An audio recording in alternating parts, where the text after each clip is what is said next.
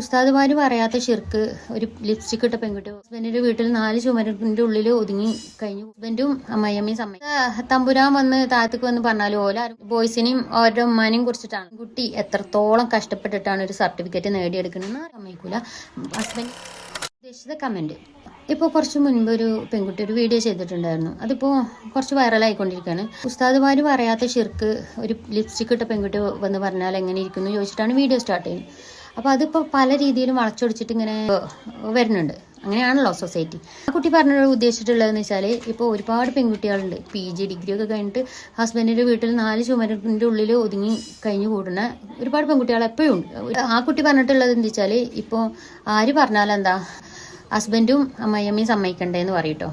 ഞാൻ തന്നെ കേട്ടിട്ടുണ്ട്. പഠിച്ച തമ്പുരാൻ വന്ന് താഴത്തേക്ക് വന്ന് പറഞ്ഞാലും ഓലാരും കേൾക്കില്ല എന്ന് പറയുന്ന ഡയലോഗ് ഞാൻ തന്നെ കേട്ടിട്ടുണ്ട്.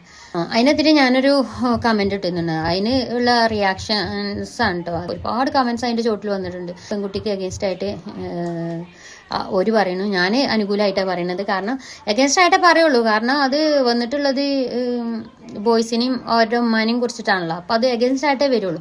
ഒരു പെൺകുട്ടി എത്രത്തോളം കഷ്ടപ്പെട്ടിട്ടാണ് ഒരു സർട്ടിഫിക്കറ്റ് നേടിയെടുക്കണമെന്ന് അറിയോ. അപ്പം അതിന് അനുസരിച്ച് വീട്ടിലുള്ള ആൾക്കാർ സമ്മതിക്കണില്ല എന്നൊക്കെ പറയുമ്പോൾ അത് ആ ഒരു പെൺകുട്ടി വന്നിട്ട് വിളിച്ചു പറയുമ്പോൾ അതിനെതിരെ വേറെ രീതിയിലൊക്കെ വന്നിട്ട് സംസാരിക്കുകയാണ് ആൾക്കാർ. ഒക്കെ ബോയ്സിനും പേടി, അവർക്ക് ഇഷ്ടം ഉണ്ടാവും. പക്ഷേ ഇമ്മ സമ്മതിക്കൂല. ഞാൻ കേട്ടിട്ടുണ്ട്, ഇമ്മ സമ്മതിക്കൂല വിടാൻ, അമ്മായിയമ്മ സമ്മതിക്കൂല, ഹസ്ബൻഡിന് കുഴപ്പമില്ലടി അമ്മായിയമ്മ സമ്മതിക്കൂല എന്ന് പറയും. അങ്ങനെ പറയുന്നത് ഞാൻ കേട്ടിട്ടുണ്ട്. അപ്പം ഞാൻ അതിൻ്റെ ചോട്ടിൽ ഇങ്ങനെ കമൻറ്റ് ഇട്ടിരുന്നു. അപ്പോൾ ഈ അമ്മായിയമ്മൻ്റെ ഇത് കുറിച്ചിട്ട് കമൻറ്റ് ഇട്ടിരുന്നു. അപ്പം ഒരാൾ വന്നിട്ട് പറഞ്ഞു, അമ്മായിയമ്മ സമ്മതിച്ചിട്ടില്ലെങ്കിലും ഹസ്ബൻഡ് സമ്മതിച്ചിട്ടില്ലെങ്കിലും പഠിച്ചോൻ വിചാരിച്ചിട്ടുണ്ടെന്നേ പോകും എന്ന് പറഞ്ഞിട്ടോ. അപ്പം ഞാൻ പറഞ്ഞു, ഞാൻ പാതി ദൈവം പാതി എന്നാണല്ലോ എന്ന് പറഞ്ഞു. അപ്പോൾ അയാൾ പറയാ അത് ഇസ്ലാമിലില്ല, ഞാൻ പാതി ദൈവം പാതി എന്നുള്ള ഇസ്ലാമിലില്ല. അപ്പം ഞാൻ അവൻ്റെ അടുത്ത് ചോദിച്ചു, എന്നാൽ അങ്ങനെയാണെന്ന് വെച്ച് കഴിഞ്ഞാൽ നമുക്ക് വീട്ടിൽ വെറുതെ ഇരിക്കുക, വെറുതെ കുത്തിയിരിക്കുക, പഠിച്ചം കൊണ്ട് തരട്ടെ ഫുഡ് അത് പറഞ്ഞു കേട്ടോ. അപ്പോൾ അവൻ പറഞ്ഞ ഡയലോഗാണ് കേട്ടോ. നിന്റെ ഈ കമന്റിൽ നിന്ന് മനസ്സിലായി നിനക്ക് വിവരമില്ല, അല്ലെങ്കിൽ വിവരം കൂടിയതിന്റെ കുഴപ്പം. പറഞ്ഞിട്ട് കാര്യമില്ല. കോഴിക്കോട്ടേക്ക് പോകാൻ പാലക്കാട് ബസ് കയറിയിട്ട് പഠിച്ചവനോട് പറഞ്ഞിട്ട് കാര്യമില്ല. ഓരോന്നിനും അതിൻ്റെതായ മാർഗം ചെയ്യാൻ അള്ളാഹു പറഞ്ഞിട്ടുണ്ട്. അതിനാണ് ഞാൻ പറഞ്ഞത് ഞാൻ പാതി ദൈവം പാതി എന്നുള്ളത്. എന്നിട്ട് ഇവൻ പറയാം ഞാൻ നിർത്തി, നിങ്ങൾക്ക് മരക്കമുഷ്ടിയാണ് എന്തേലും പറഞ്ഞ് പിടിച്ചു നിൽക്കണം, ഞാൻ എന്തേലും പറഞ്ഞ് പിടിച്ചു നിൽക്കണം. അവൻ പറഞ്ഞതിന്റെ ലോജിക്കുന്ന ഞാൻ പറഞ്ഞത് അവൻ്റെ അടുത്ത് ഞാൻ പാതി ദൈവം പാതി അവനപ്പം അതാണ് പറഞ്ഞിരുന്നത്. ഓരോന്നിനും അതിൻ്റെതായ മാർഗങ്ങൾ ചെയ്യാൻ അള്ളാഹു പറഞ്ഞിട്ടുണ്ട്.